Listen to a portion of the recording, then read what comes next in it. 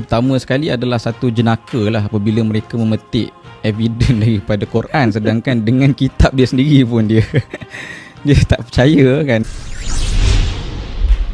Satu lagi, biasanya Israel ni mereka akan guna bahawa Palestin is their promised land, dan mereka guna ayat Quran antaranya dalam suratul Maidah. Mereka gunakan ayat ya qaumi dukhulul ard al-muqaddasata allati kataballahu lakum wala tartaddu ala adbarikum fatanqalibu khasirin. Maksudnya, wahai kaumku, masuklah ke tanah suci Palestin yang telah ditentukan Allah bagimu, dan janganlah kamu lari ke belakang kerana takut pada musuh, maka kamu menjadi orang-orang yang rugi. Itu ayat dalam surah Maidah. Dalam surah Asy-Syu'ara sebut kadzalika wa aurathnaha Bani Israel. Dia kata demikianlah hanya kami anugerahkan semuanya itu merujuk pada Palestin kepada Bani Israel. Apa jawapan balas kita pada mereka? Yang pertama sekali adalah satu jenaka lah apabila mereka memetik evidence daripada Quran, sedangkan dengan kitab dia sendiri pun dia dia tak percaya kan. Jadi apatah lagi nak dengan kitab dengan kitab orang lain pula kan, nak cari jawapan. Meaning it's just for the sake of dia nak cari point yang walaupun dia sendiri tidak percaya. Dah lah macam tu, point yang dipilih pula point yang salah kan, very out of context. Kalau tengok dua-dua ayat Quran, both verses yang dibaca oleh Bro Amin tadi merujuk kepada Bani Israel yang kita faham dalam akidah kita sebagai orang Islam, Bani Israel yang ingin diselamatkan oleh Nabi Musa, yang ingin menerima dakwah Nabi Musa dan menerima tauhid kepada Allah Subhanahu Wa Taala. Apabila mereka menerima dakwah Nabi Musa, maka mereka telah menjadi umat tauhid, umat Islam, sebab agama yang dibawa oleh Nabi Musa ialah agama Islam. Apabila mereka menjadi umat Islam, maka sebagaimana mana-mana umat yang menerima Islam, Allah perintahkan untuk menyucikan tanah-tanah suci daripada kezaliman. Dan ketika itu, ketika zaman Nabi Musa, di Palestin memang ada penguasa yang bukan Islam yang bersifat zalim. Kan, satu okey, dia bukan Islam. Yang kedua, dia menzalimi penduduk-penduduk yang ada di situ. Dan memang kalau kita tengok dalam sejarah, sepanjang sejarah dunia, tanah seperti Palestin tidak akan aman kecuali ianya ditadbir di bawah ketauhidan, di bawah pemerintahan tauhid yang betul. Kan, sebab itu hari ini orang Israel sendiri pun tahu. Saya ada baca debate within the Zionists themselves. Dia kata two state solution ke one state solution ke, kita tahu in the end semua orang akan serang balik negara ni. Kan, tak pernah ada masa di mana Palestin ini tidak pernah direbut oleh kuasa-kuasa besar. For many reason, for strategic reason, for political reason, for geopolitical reason dan sebagainya, kuasa besar akan berebut tempat ini.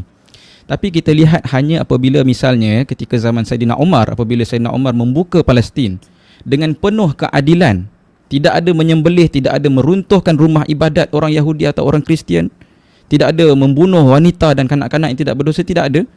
Maka dengan penuh respek orang Kristian menyerahkan kunci Palestin kepada Saidina Umar, dan semenjak itu kita lihat Palestin hidup aman sehinggalah ke zaman Crusade War.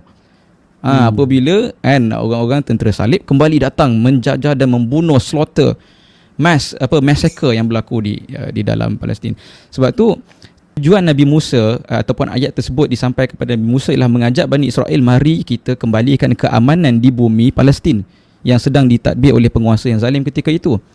Di sini yang kelakarnya, kalaulah orang Israel menggunakan hujah ini, mereka tak tahu bahawa atuk nenek mereka yang diajak oleh Musa itu telah pun menolak ajakan Nabi Musa. Baca ayat selepas itu, mereka jawab apa kepada Nabi Musa ni dalam keadaan mereka dah Islam kan. Dan ini ialah perangai yang mungkin dicontohi oleh sebahagian daripada negara Islam. Dia kata apa? Idhab anta wa rabbuka, wahai Musa, engkau pergilah dengan Tuhan kau. Kau pergilah perang, kami nak tunggu sini. Kalau kau menang baru kami datang. Ini ialah Yahudi ni.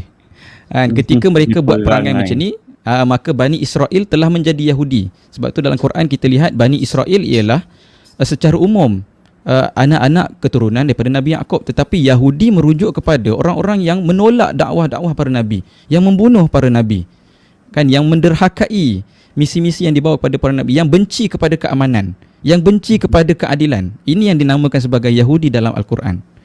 Jadi mereka itu yang mencakap kepada Nabi Musa, kami tak nak masuk, you pergilah masuk, you dengan Tuhan you, kalau you menang kami datang. Kan, itu sendiri. So you nak claim that land is yours dengan ayat ni, that is a joke lah.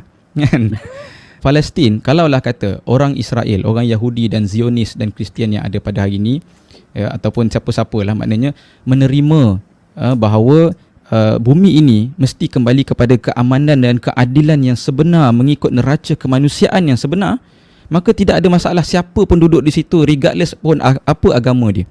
Saidina Umar ketika membuka Palestin, dia tidak memaksa sesiapa pun untuk mengubah agama.